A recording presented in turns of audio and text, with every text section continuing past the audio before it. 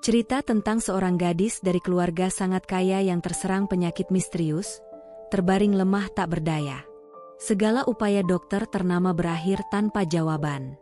Ibunya, Nadia, janda cantik, menangis penuh keputusasaan. Tiba-tiba muncul seorang pria compang-camping membawa sebotol ramuan tradisional. Namun bukannya mendapat kepercayaan, ia justru dicemooh dan dipermalukan. Nadia memandangnya dengan tatapan penuh sinis dan jijik. "Siapa gerangan pria ini?" "Saya cuma orang biasa, Bu," jawabnya lirih. "Jika ibu mengizinkan, saya ingin mencoba menyembuhkan anak ibu dengan ramuan alami yang saya racik dari tanaman hutan." Nadia menanggapi dengan tawa mengejek. Para dokter ikut sama menertawakannya. "Ramuan tradisional? Di era modern ini? Kau kira ramuan usangmu bisa menggantikan obat-obat mahal yang kubeli dengan jutaan rupiah? Betapa konyolnya." "Saya tak bermaksud merendahkan ilmu kedokteran, Bu," sahut pria itu tenang. "Tetapi mungkin penyakit anak ibu bukan soal yang biasa. Terkadang kesembuhan muncul dari hal-hal paling sederhana." "Sudah cukup," kata Nadia tegas. "Aku tidak mau dengar omong kosong mistikmu. Pergilah sebelum aku suruh anggota keamanan mengusirmu." Namun siapa sangka, dari tangan yang kotor itulah kemudian muncul mukjizat yang tak dapat dibeli oleh seluruh harta di dunia. Malam itu, hujan turun perlahan, seperti air mata langit yang ikut berduka. Di sebuah kamar mewah yang beraroma obat dan parfum mahal, seorang wanita muda duduk di sisi ranjang putrinya. Namanya Nadia, janda muda, berwajah cantik dan berwibawa. Namun malam itu, tak ada sisa senyum di wajahnya. Di depan matanya, Rara, gadis kecil berusia 8 tahun, terbaring lemah. Tubuhnya pucat, matanya sayu, dan napasnya terdengar berat seperti sedang ditarik oleh sesuatu yang tak terlihat. Sudah 3 minggu Rara berbaring tanpa daya. Dokter-dokter terbaik silih berganti datang, membawa obat mahal, alat canggih, dan harapan-harapan yang selalu berujung sama, nihil hasil. Tekanan darahnya turun lagi. "Bunat," ucap dokter berjas putih. Nadia menatapnya dengan cemas. "Bagaimana bisa, Dok? Bukankah semalam sudah diberi obat khusus?" Sang dokter hanya menarik napas panjang. "Secara medis, semua normal. Tapi tubuh anak ibu bereaksi aneh, seolah menolak setiap pengobatan." Nadia menggenggam tangan mungil putrinya yang dingin. "Bertahanlah, Rara. Mama akan lakukan apapun untuk sembuhkan kamu." Namun bibir kecil itu hanya bergerak lemah, bergetar lirih.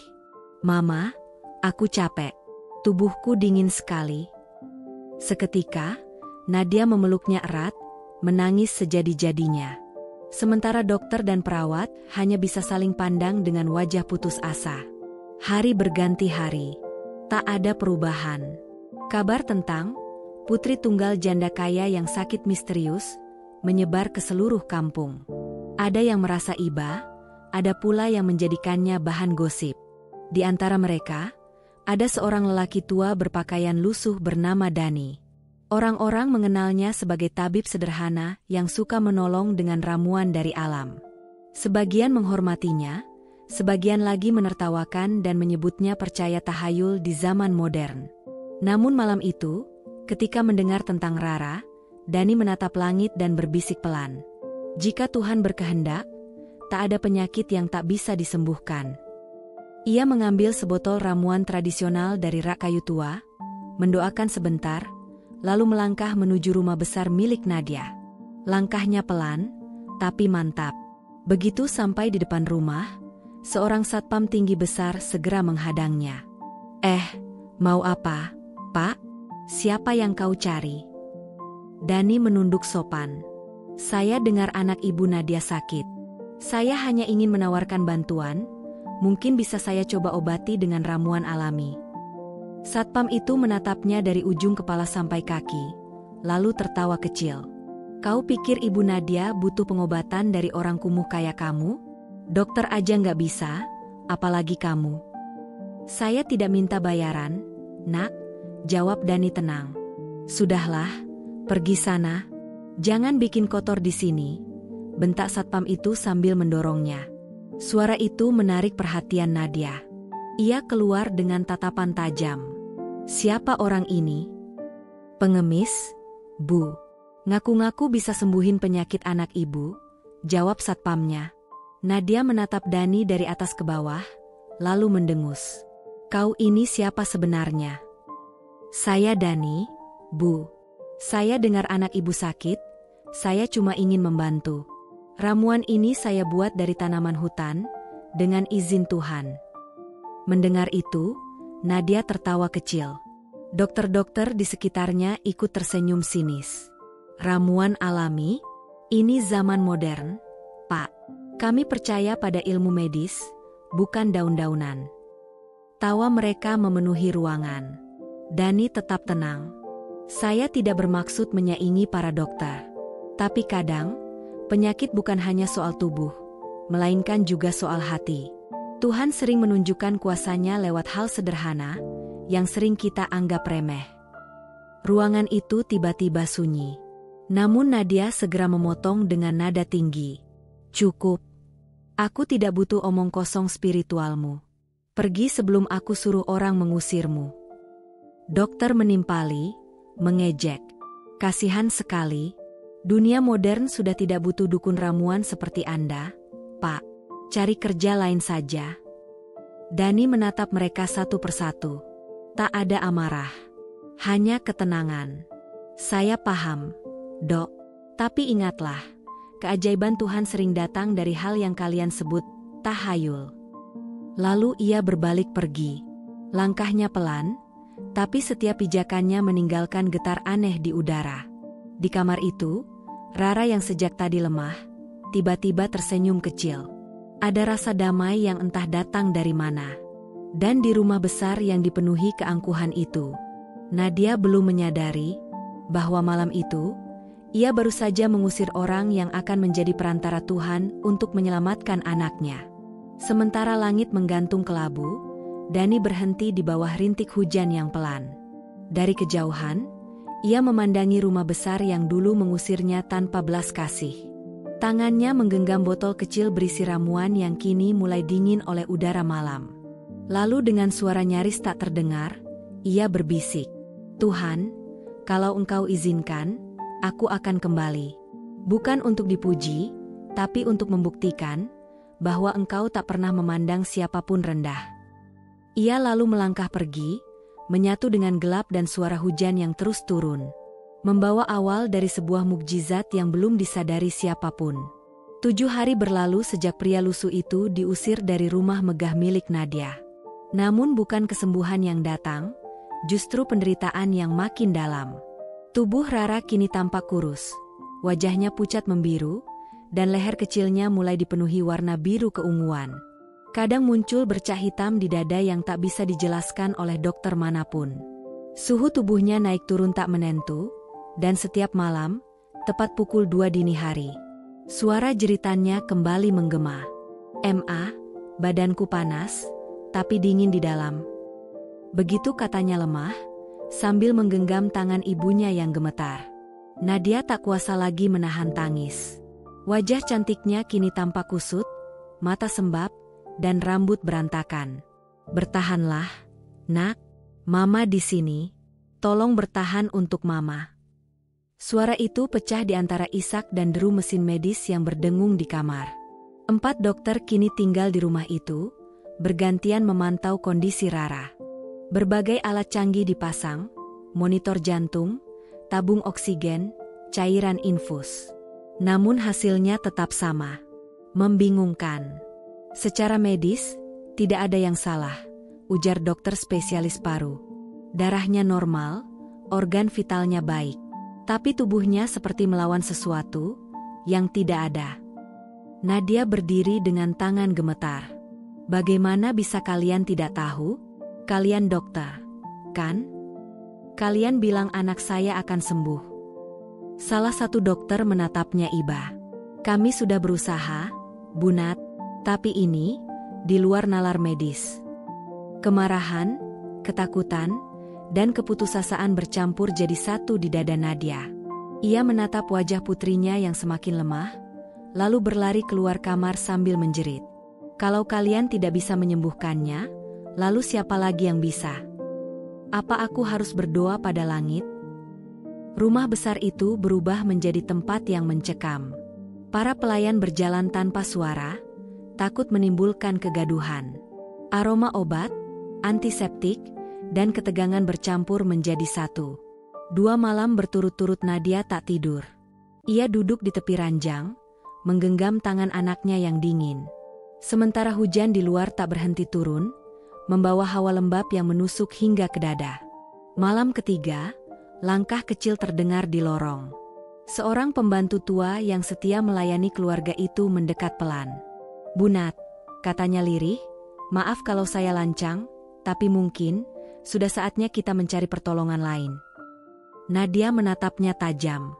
"Maksudmu apa?" "Orang-orang di kampung bilang, penyakit seperti ini tidak selalu bisa disembuhkan dokter. Mungkin kita butuh orang yang lebih peka. Orang seperti Pak Dani." Nama itu membuat dada Nadia bergetar. Wajahnya memanas menahan emosi. "Cukup. Jangan sebut nama itu di rumahku. Aku tidak percaya pada dukun kotor itu. Dia cuma penipu yang cari keuntungan." Pembantu tua itu menunduk. "Maaf, Bu, saya cuma ingin membantu." "Keluar," bentak Nadia sambil menunjuk pintu. "Dan jangan pernah sebut nama orang itu lagi di hadapanku." Namun setelah pintu tertutup, Nadia terdiam lama.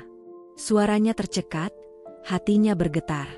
Bayangan wajah Dani muncul di benaknya, lelaki lusuh dengan mata yang tenang dan suara lembut saat berkata, "Kadang Tuhan memakai tangan yang kotor untuk menurunkan mukjizatnya." Kalimat itu terus berputar di kepalanya.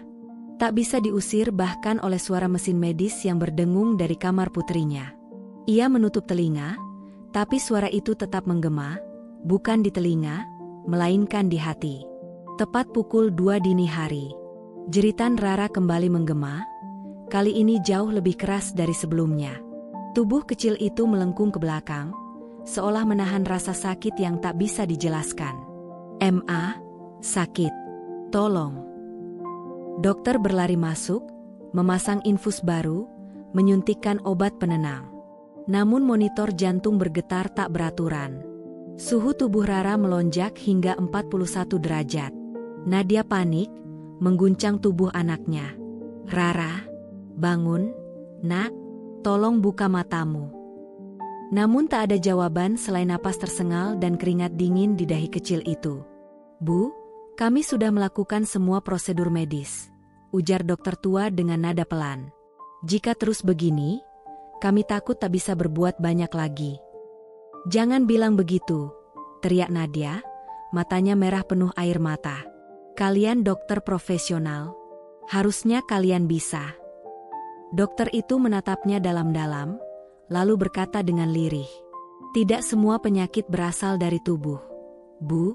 Kadang ada hal-hal yang tak bisa dijelaskan oleh ilmu pengetahuan." Kata-kata itu membuat Nadia membeku. Tangannya gemetar, bibirnya bergetar hebat. Ia menunduk di sisi ranjang, mencium tangan anaknya sambil menangis terseduh. "Kalau memang bukan penyakit biasa, lalu apa, Tuhan? Apa yang kau inginkan dari kami?" Hujan turun lebih deras. Petir sesekali menyambar, menerangi wajah Nadia yang penuh air mata. Sedikit demi sedikit, kesombongan di hatinya mulai runtuh. Ia menatap tangan kecil putrinya yang lemah, lalu menengadah ke langit-langit kamar. Dengan suara gemetar, ia berbisik lirih, "Kalau memang masih ada harapan lain, siapapun dia, aku mohon, kirimkan padaku." Tak ada jawaban. Hanya suara hujan yang terus menetes di luar jendela, menemani isaknya yang panjang dan sunyi. Sementara itu, jauh di pinggir desa, di bawah cahaya redup lampu minyak, Dani masih terjaga. Ia duduk bersila di lantai tanah, di hadapannya 3 botol kecil berisi ramuan warna-warni. Tangannya bergetar ketika menggenggam salah satunya. Matanya menerawang jauh, seolah mendengar panggilan dari kejauhan. "Rara," bisiknya pelan. "Tuhan, apakah ini saatnya aku datang kembali?" Ia menatap tangannya yang hitam oleh tanah, lalu menengadah ke langit. Mereka mungkin membenciku, tapi aku tahu, engkau tidak. Jika engkau izinkan, bimbing aku kembali ke rumah itu. Bukan untuk kemuliaanku, tapi untuk membuktikan kasih-Mu. Di luar, petir menyambar keras, menerangi wajah seorang wanita yang penuh tekad. Malam itu, di dua tempat berbeda, dua hati yang bertolak belakang sama-sama bersujud dalam sunyi. Seorang ibu kaya yang mulai kehilangan keangkuhannya, dan seorang lelaki miskin yang berdoa agar dirinya bisa menjadi alat Tuhan. Keduanya belum tahu, takdir sedang menyiapkan pertemuan kedua, pertemuan yang akan mengubah hidup mereka selamanya. Pagi itu langit mendung. Kabut tipis menyelimuti halaman rumah megah milik Nadia. Burung-burung pun enggan berkicau, seolah ikut berduka. Di kamar utama, tubuh kecil Rara semakin lemah. Nafasnya tersengal, matanya tertutup rapat. Hanya gerakan halus di dadanya yang menandakan bahwa ia masih hidup. Di meja samping ranjang, berjejer botol obat, infus, dan alat bantu napas. Namun tak satu pun memberi tanda perbaikan. Nadia duduk di tepi ranjang, menatap wajah pucat putrinya. Air matanya telah kering. Ia tak lagi marah, tak lagi berteriak. Hanya diam, seperti kehilangan seluruh daya untuk berharap. Para dokter berdiri di sudut kamar, berbisik pelan dengan wajah muram. Tekanan darahnya terus menurun. Tubuhnya tak merespons lagi, kata salah satu dengan suara pelan. Kalimat itu menggantung di udara. Tak perlu diselesaikan, semua tahu apa maksudnya. Nadia menatap mereka satu persatu dengan mata kosong. Jadi kalian menyerah? Seorang dokter mencoba menenangkan. Kami sudah berusaha, Bu. Mungkin Tuhan punya kehendak lain. Kata Tuhan itu menusuk hati Nadia seperti pisau. Ia berdiri dengan tubuh gemetar. Kalian semua keluar sekarang juga. Para dokter menunduk, lalu meninggalkan kamar dengan langkah berat. Begitu pintu tertutup, Nadia langsung memeluk tubuh anaknya erat-erat. Rara, jangan pergi, Nak. Mama mohon. Air matanya jatuh membasahi wajah pucat putrinya. Tak ada respons, hanya detak jantung lemah dari alat monitor. Di tengah kesunyian itu, suara lembut terdengar dari arah pintu. Bu, di luar ada seseorang. Katanya ingin bertemu dengan ibu. Nadia menoleh pelan, suaranya nyaris tak terdengar. Siapa? Pembantu itu ragu sejenak sebelum menjawab, Pak Dani, Bu. Jantung Nadia serasa berhenti berdetak. Nama itu datang di saat yang tak terduga, seperti jawaban dari doa yang bahkan tak sempat ia panjatkan. Beberapa detik ia hanya diam menatap wajah anaknya, lalu menutup mata, menarik napas panjang. Suruh dia masuk, katanya akhirnya. Langkah kaki berat terdengar mendekat. Pintu terbuka perlahan. Tampak sosok Dani, dengan baju lusuh, sandal jepit basah, dan tas anyaman bambu di punggungnya. Wajahnya tampak lelah, tapi matanya teduh. Begitu melihat Rara, ia menunduk hormat. Assalamualaikum, Bu. Nadia menatapnya lama. Dulu ia pernah mengusir lelaki itu dengan hinaan. Tapi kini, entah kenapa, rasa marah itu lenyap. Kenapa kau datang lagi? Suaranya bergetar. Dani menatap lembut. Saya tak bisa tidur, Bu. Di hati saya ada perasaan kuat. Anak ini belum waktunya pergi. Tuhan belum izinkan. Nadia terdiam. Ia ingin membantah, tapi kata-kata itu terdengar begitu tulus. Tak ada kesombongan, tak ada paksaan. Apa kau masih yakin dengan ramuan kotormu itu? Tanyanya pelan. Dani tersenyum samar. Saya tidak yakin dengan ramuan saya, Bu. Saya yakin dengan Tuhan yang menitipkan pengetahuan itu. Kalau Ibu izinkan, biarkan saya berusaha satu kali saja. Nadia menatap wajah anaknya yang nyaris tak bergerak, lalu kembali menatap Dani. Kalau kau salah, saya siap disalahkan, Bu, jawabnya tenang. Yang penting saya mencoba. Dengan hati gemetar, Nadia akhirnya mengangguk. Lakukan. Dani meletakkan tasnya di lantai. Ia mengeluarkan 3 botol kecil berisi cairan berwarna merah, kuning, dan kehijauan. Ramuan ini dari akar hutan dan sari daun yang tumbuh di tebing barat. Saya campur dengan air mata embun pagi. Tak semua orang percaya, tapi ramuan ini sudah menolong banyak orang di kampung. Nadia hanya diam, menatap penuh ragu. Dani memejamkan mata, melantunkan doa perlahan dalam bahasa Jawa kuno. Tangannya bergerak lembut, seperti menyapu udara, menenangkan sesuatu yang tak kasat mata. Lalu ia meneteskan beberapa tetes cairan ke mulut Rara, dan mengusap dada kecil itu dengan ramuan hijau. Beberapa menit tak terjadi apa-apa. Nadia menunduk, menahan napas. Jantungnya berdetak kencang. Namun tiba-tiba, tubuh Rara bergerak. Bibirnya bergetar pelan. "Mak," panasnya hilang. Suaranya lemah, tapi jelas. Nadia terlonjak. "Rara? Sayang, kamu dengar Mama?"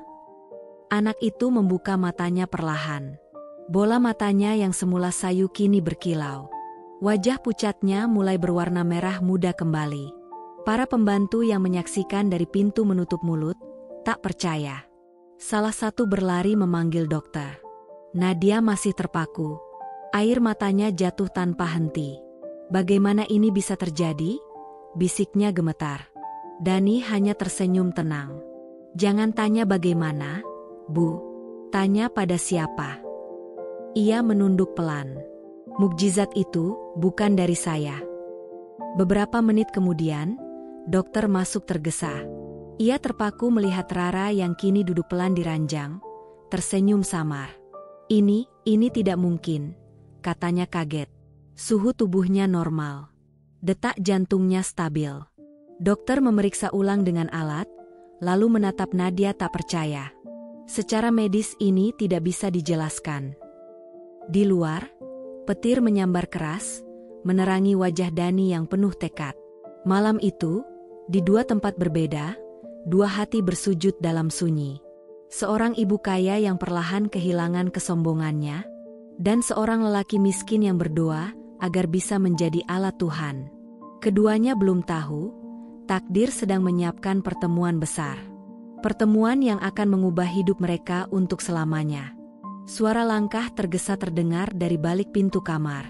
Nadia berlari mendekat, mengguncang bahu Dani yang terkulai lemah di lantai. "Pak, Anda tidak apa-apa?" Dani membuka matanya perlahan, senyum kecil tersungging di bibirnya. "Tidak apa, Bu. Yang penting anak itu sudah bebas." Nadia menoleh. Rara kini terbaring tenang. Napasnya teratur, wajahnya teduh seperti tertidur di pangkuan malaikat. Air mata Nadia tumpah tanpa bisa ditahan. Dia benar-benar sembuh," bisiknya lirih. Dani mengangguk pelan. "Insya Allah, Bu, tapi ingat, setiap mukjizat punya harga.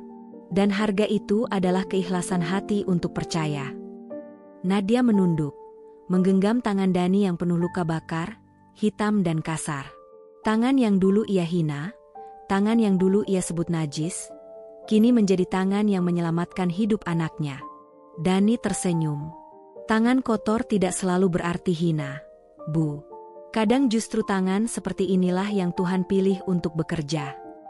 Di luar, angin malam tiba-tiba berhenti.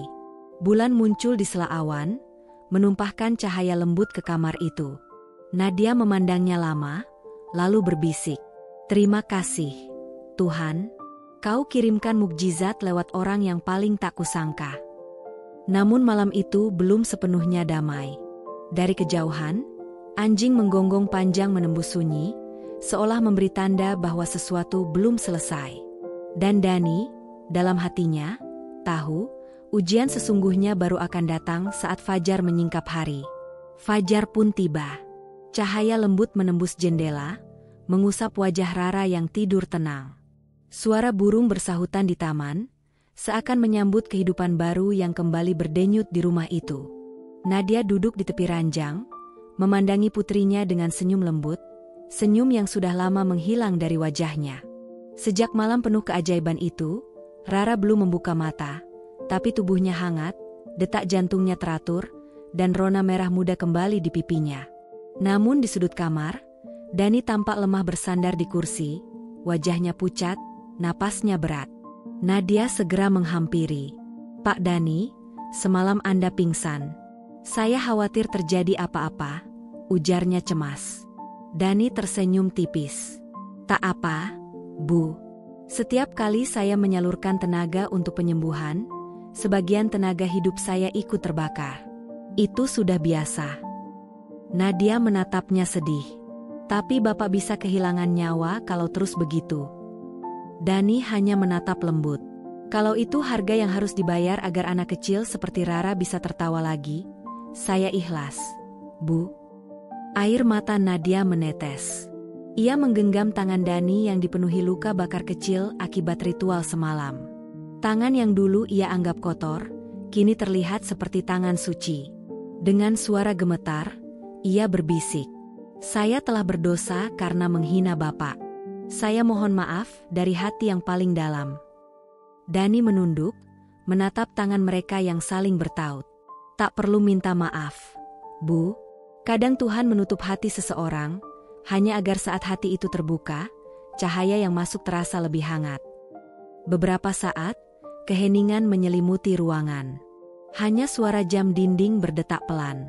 Lalu, suara kecil memecah sunyi. "Ma." Nadia tersentak. Rara membuka mata, wajahnya cerah, senyumnya lembut seperti dulu. "Rara," teriak Nadia haru, memeluk putrinya erat-erat. Air matanya mengalir deras. Keajaiban itu nyata. Anaknya kembali. Dani menatap mereka dengan mata berkaca-kaca. "Pak Dani," panggil Rara lirih. "Tadi malam aku mimpi. Aku lihat cahaya putih besar dan Bapak ada di sana. Bapak bilang aku harus pulang ke Mama." Nadia menatap Dani penuh haru. "Itu Bapak yang memanggilnya kembali." Dani menggeleng pelan. "Bukan saya, Bu. Saya hanya mengetuk pintu yang membukakan tetap dia." Beberapa hari kemudian, kabar kesembuhan Rara menyebar ke seluruh kota. Banyak orang datang ke rumah Nadia, ada yang ingin berterima kasih, ada pula yang hanya ingin tahu. Bahkan para dokter yang dulu merawat Rara datang dengan wajah takjub. "Secara medis, kami tidak bisa menjelaskan hal ini," ujar salah satu dari mereka. "Tapi kami harus mengakui, ada sesuatu yang lebih besar dari sains." Nadia tersenyum, menatap Dani yang berdiri di belakang ruangan dengan pakaian lusuhnya. Dulu, ia mungkin malu berdiri di samping pria seperti itu. Sekarang, ia merasa terhormat. Namun kebahagiaan itu tak lama. Sore harinya, Dani berpamitan. "Bu Nat, saya harus kembali ke kampung. Masih ada orang lain yang butuh bantuan?" Nadia menatapnya khawatir. "Tapi Bapak masih lemah, kenapa tidak istirahat dulu di sini?" Dani tersenyum. "Tempat saya bukan di rumah besar seperti ini, Bu. Saya lahir dari tanah, dan akan kembali ke tanah. Di sanalah tugas saya." Rara berlari memeluknya. "Bapak jangan pergi, tinggal di sini saja," pintanya. Dani berlutut, mengusap kepala gadis kecil itu. "Kau sudah kuat sekarang, Nak. Kalau Bapak tinggal, nanti banyak orang lain yang tak sempat sembuh." Air mata Rara menetes. "Bapak janji akan datang lagi, kan?" Dani tersenyum. "Kalau Tuhan izinkan, Nak, kita pasti bertemu lagi." Sebelum pergi, Dani menatap Nadia lama, tatapan yang penuh arti, seolah ingin menitipkan pesan terakhir. "Jangan pernah lupa, Bu Nat. Kaya bukan berarti berkuasa, dan miskin bukan berarti hina. Tuhan menilai bukan dari seberapa mahal pakaian, tapi seberapa bersih hati yang kita punya." Nadia terdiam, menahan air mata yang sudah menggenang di pelupuk. "Saya tidak akan lupa, Pak Dani. Hidup saya berubah karena Bapak." Dani menunduk hormat, lalu berbalik meninggalkan rumah besar itu. Langkahnya pelan, tapi mantap, seperti seseorang yang telah menyelesaikan tugas suci. Cahaya matahari sore jatuh di punggungnya, menciptakan siluet yang perlahan memudar di ujung jalan, meninggalkan jejak yang tak akan pernah benar-benar hilang. Malamnya, Nadia berdiri di balkon kamar Rara. Angin malam berhembus lembut, membawa aroma tanah basah setelah hujan. Di langit, bintang-bintang bersinar tenang. Tangan kotor pembawa mukjizat, bisiknya lirih. Kini ia paham, mukjizat bukan hanya menyembuhkan tubuh, tapi juga membersihkan hati dari kesombongan. Dari kejauhan, samar terdengar lantunan doa dari surau kecil di ujung desa. Nadia menunduk, memejamkan mata, dan berdoa dalam hati. Ya Allah, Engkau kirimkan seseorang yang tak kusangka. Lewat tangan kasarnya, Engkau ajarkan aku tentang kasih, kerendahan hati, dan keikhlasan. Lindungilah dia, dimanapun ia berada. Sementara itu, jauh di pinggir sawah, di sebuah gubuk kecil yang sederhana, Dani duduk bersila menatap langit. Wajahnya tampak tenang meski tubuhnya lemah. Ia tersenyum kecil, memejamkan mata, lalu berbisik pelan. Tugas 1 selesai. Jika engkau masih butuh tangan ini bekerja, hidupkan lagi. Tapi jika waktu habis, izinkan aku pulang dengan damai. Angin malam berembus lembut, menggoyang daun-daun padi. Di langit, satu bintang jatuh perlahan, seolah memberi salam perpisahan. Dan di dua tempat yang berbeda, dua hati yang dulu terpisah oleh kesombongan kini terhubung oleh rasa syukur yang sama. Keajaiban itu nyata, bukan karena ramuan, bukan karena ilmu, tapi karena hati yang tulus dan doa yang lahir dari keikhlasan.